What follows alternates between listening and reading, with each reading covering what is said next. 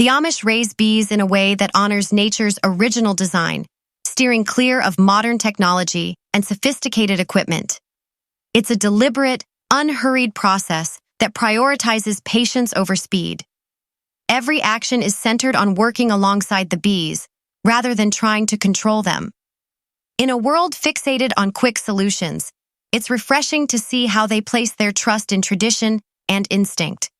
Their bees flourish without chemicals or external interference, and the honey they produce is pure and unrefined, exactly as it should be. Watching their methods might make you question whether all of our high-tech innovations are making life more complicated. Perhaps the true secret to success lies in simplicity and in embracing a touch of sweetness. When it comes to building hives, the Amish stick to what's basic, durable, and in tune with nature. They have no interest in mass-produced beekeeping boxes. Instead, they craft their own hives, often from wood they harvest from their farms. There's something deeply satisfying about knowing that every part of the process, right down to the hive itself, was made by their own hands and from their own land. Plus, the bees seem to appreciate the personal touch. They settle in quickly and get to work as if they're experienced little construction crews, no permits needed. Did you know that bees can construct an entirely new hive in just a few days when conditions are ideal? I know contractors who could take notes from them. The key to this natural method of hive building is trust, both in the bees and in traditional craftsmanship. The Amish provide only the basic structure, letting the bees handle the rest. These tiny architects don't waste time. In fact, a swarm can set up a new home in less time than it takes some of us to clean out our garage. Once everything clicks, the hive becomes a buzzing metropolis, with honeycomb cells emerging like high-rise apartments. I once tried assembling a flat-pack piece of furniture, and let's just say the bees would have had it done in half the time, and probably without any leftover screws.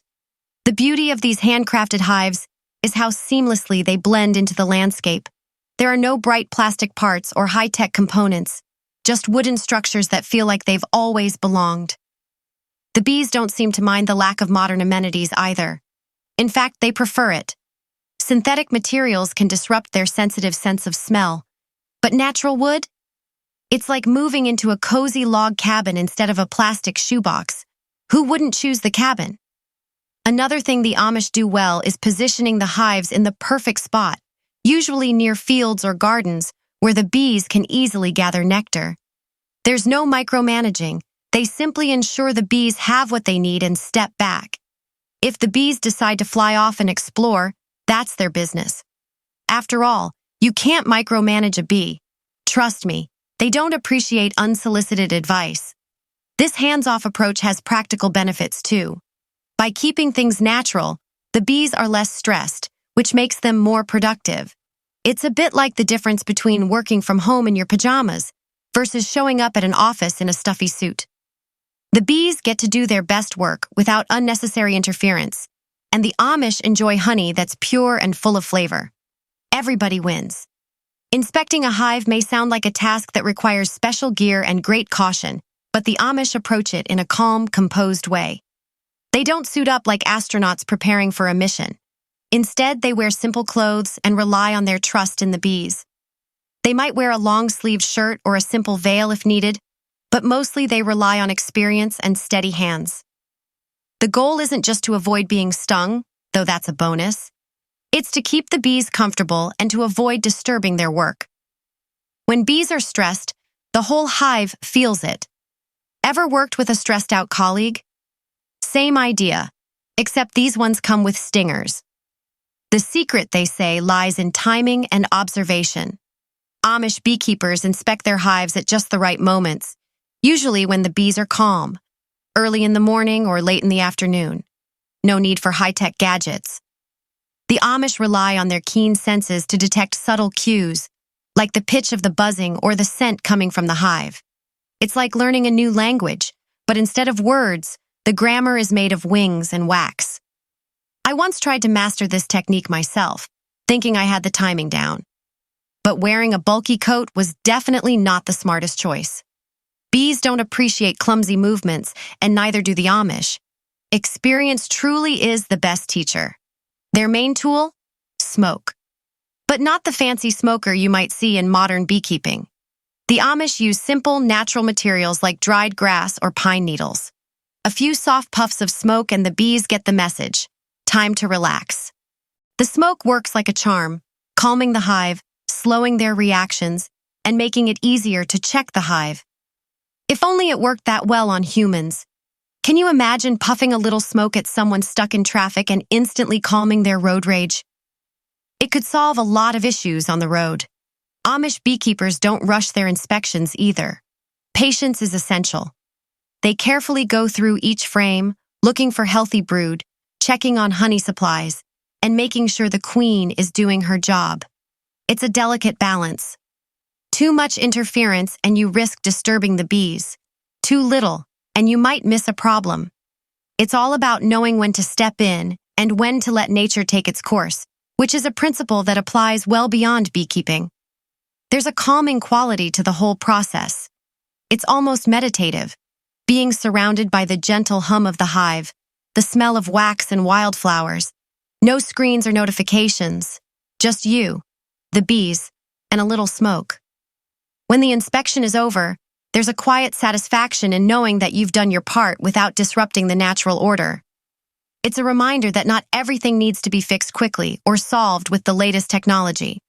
Sometimes, all you need is patience, observation, and a steady hand. And perhaps a lighter coat. The only product we'll ever recommend on our channel is a book by Claude Davis, a seasoned prepper, about 1,026 superfoods and preservation methods from times of crisis, like the Great Depression and wartime. We've chosen to promote his book because we are the last generation that can pass these techniques and superfoods on to our children or grandchildren. It would be a shame to let this valuable information about highly nutritious foods and preservation methods for surviving crises disappear. You can also find a book on herbal remedies by Nicole Aylen on their store.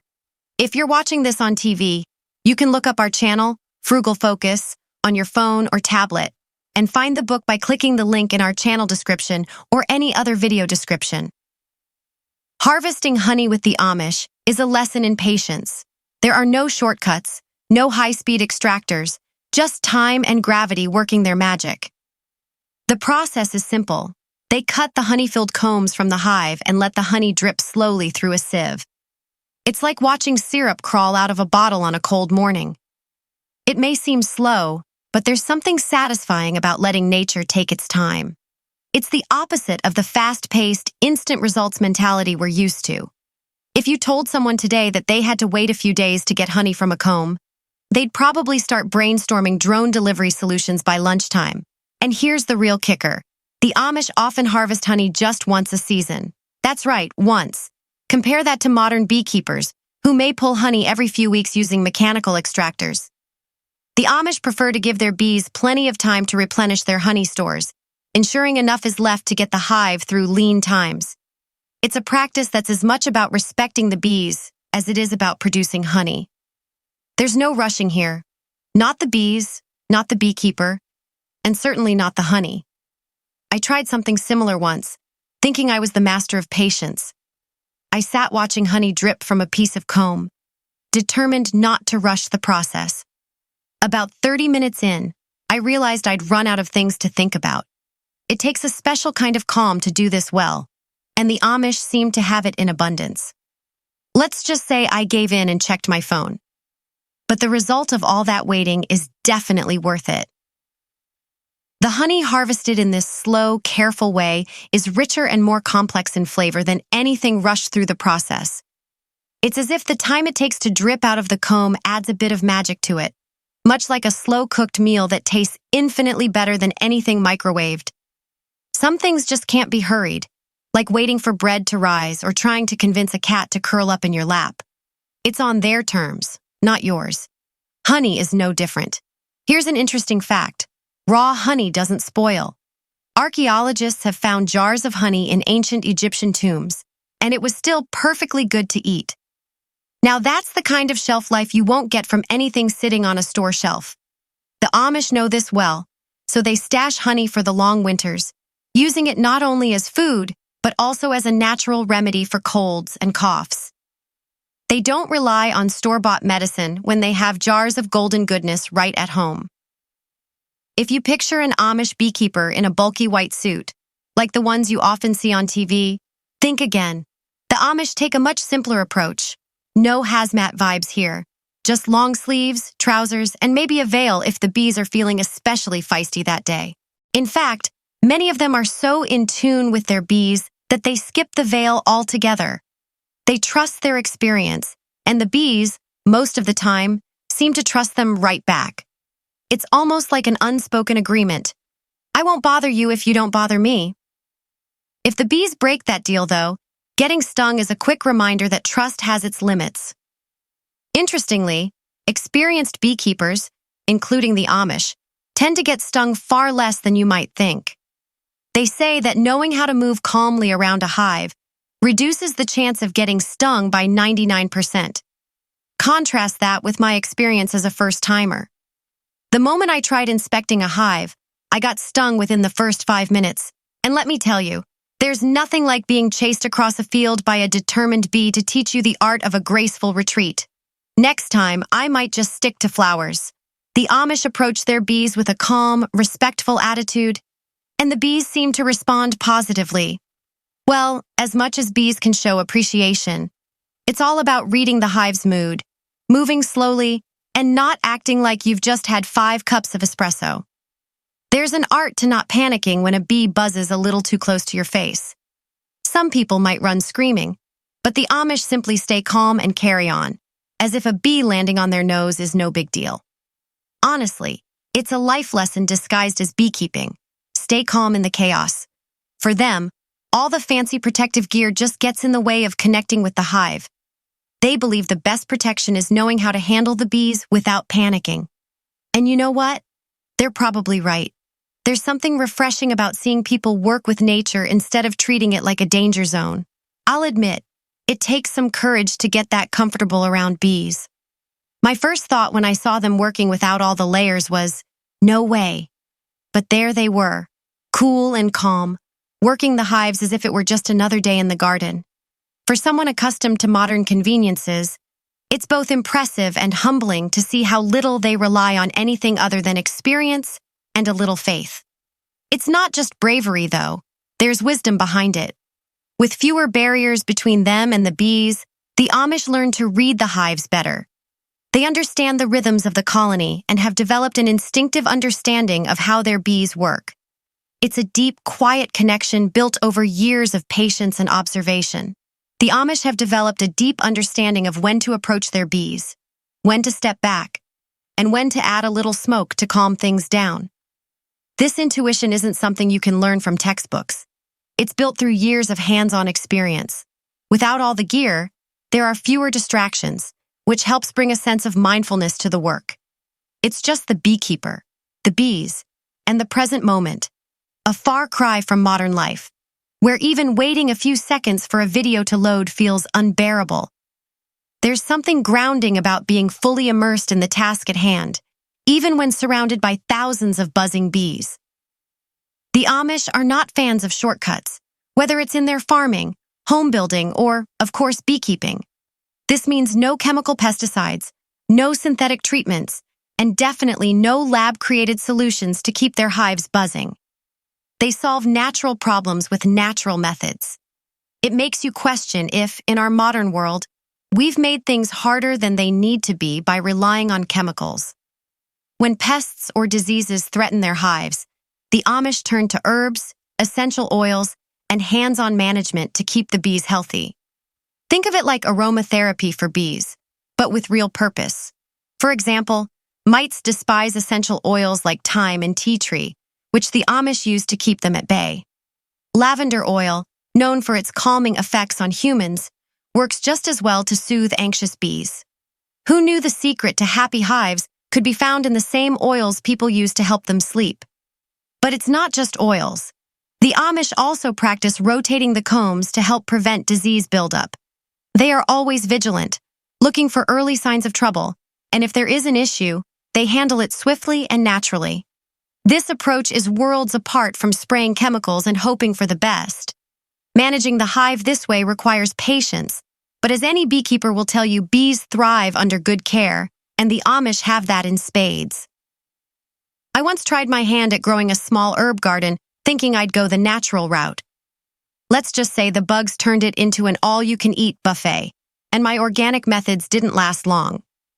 Watching the Amish use these same herbs to successfully protect their hives made my little gardening failure seem even more embarrassing.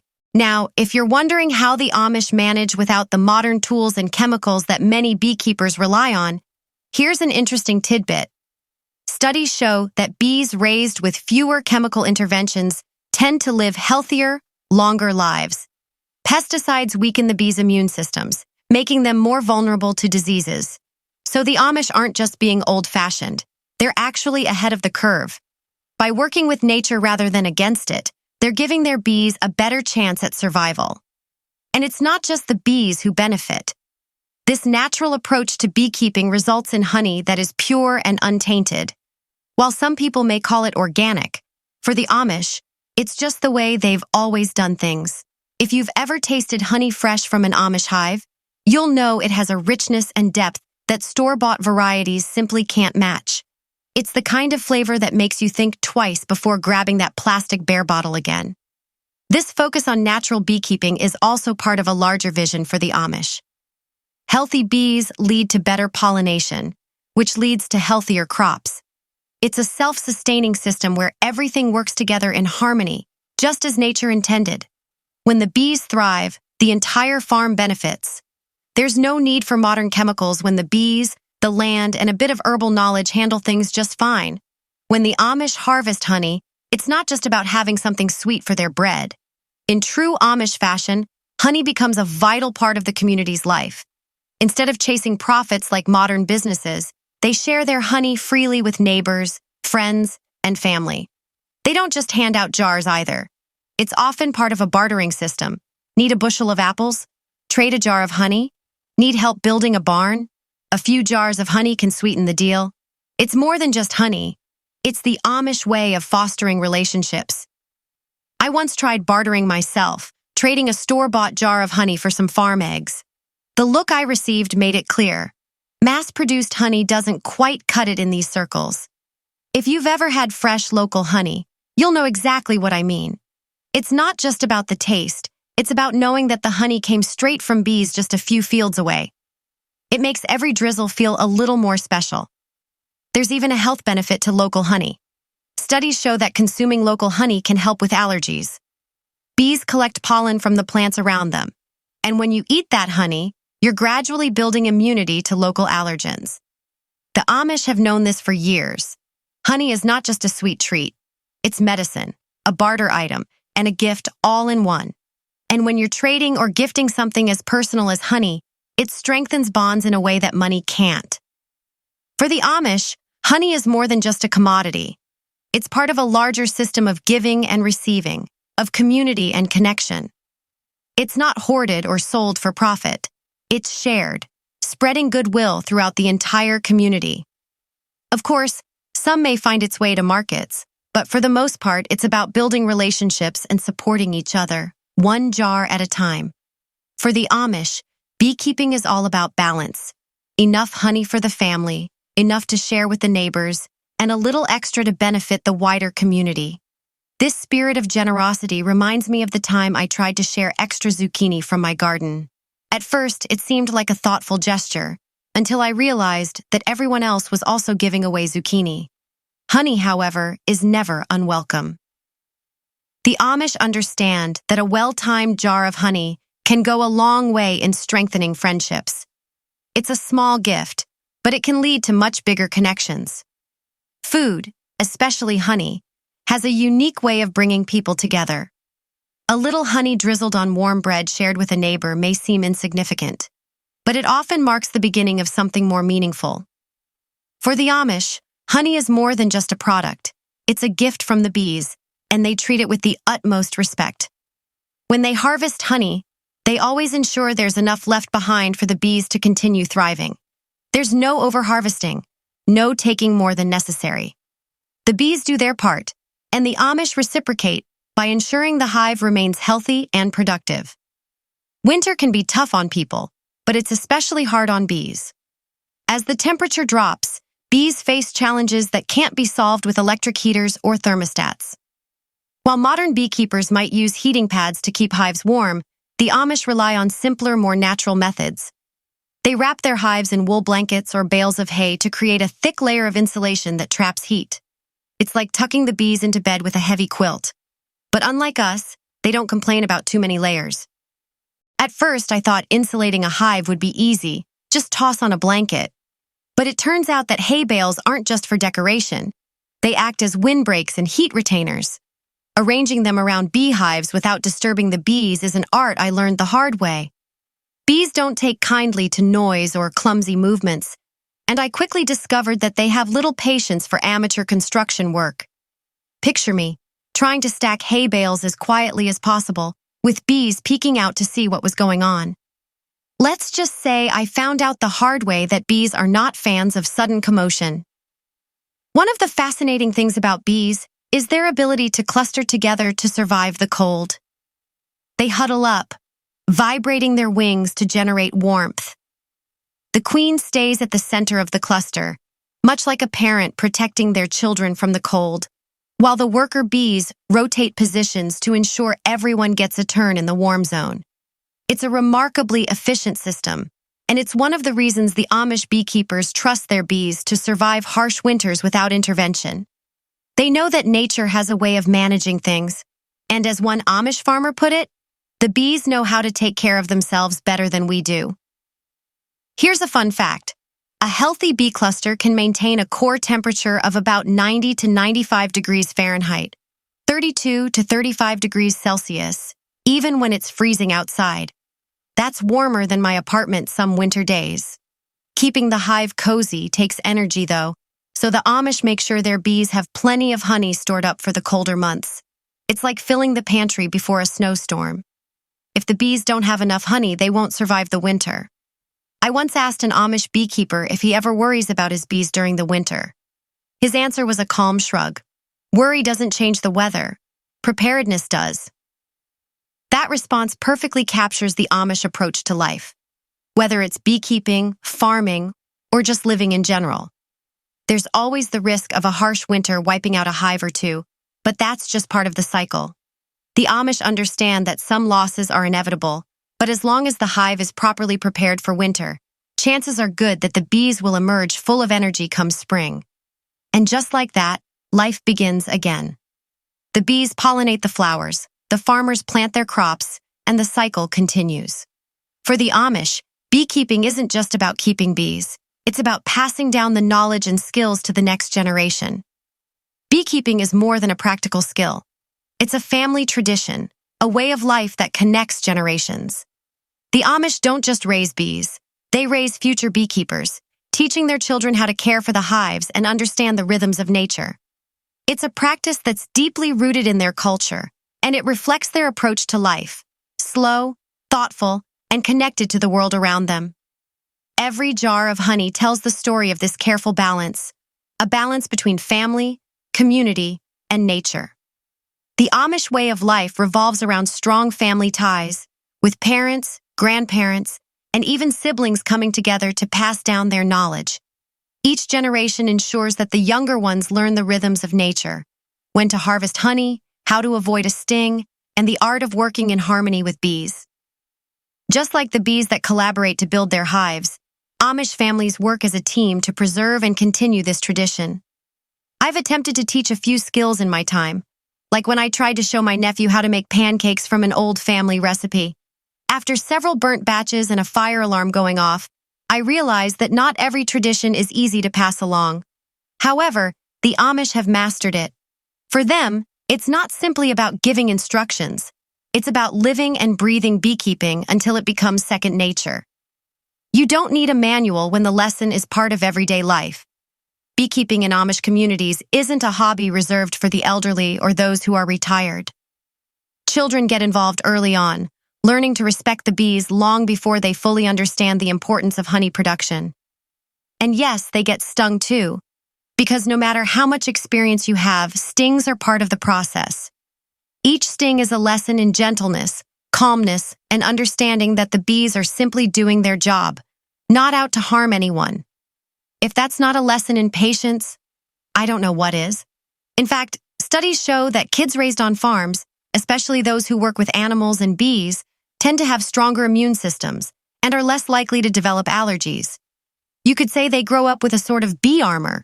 Maybe it's the exposure to pollen, or perhaps it's the toughening up that comes from running barefoot and working around hives. Either way, these children grow into capable adults who continue the family's beekeeping practices, passing them on seamlessly to the next generation. But beekeeping isn't just about skills. It's about a philosophy that's passed down as well. The Amish understand that beekeeping isn't about dominating nature. It's about partnership. Bees aren't treated as pets or property, but as co-workers on the farm. Amish beekeepers know that trying to force the bees into doing things their way will only lead to trouble.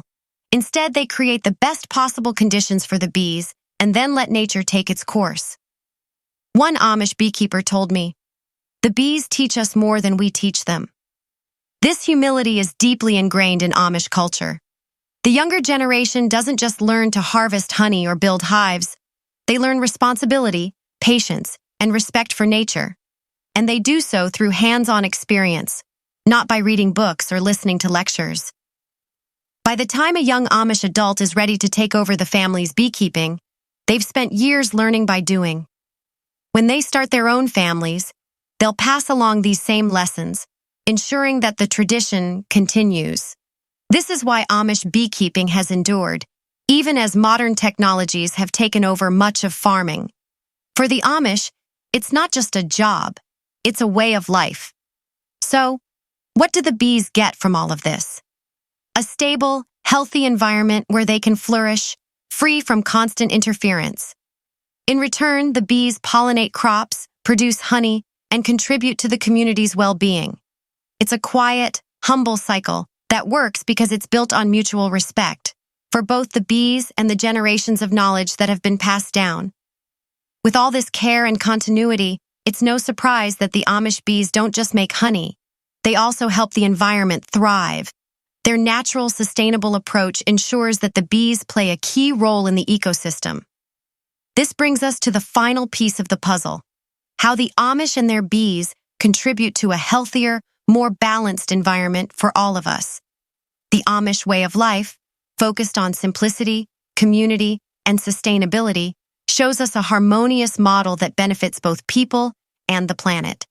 So the next time you savor a spoonful of golden honey, take a moment to appreciate not only its sweetness, but also the hardworking bees and Amish beekeepers who made it possible. Let's remember that even the smallest actions can lead to big changes, one bee at a time.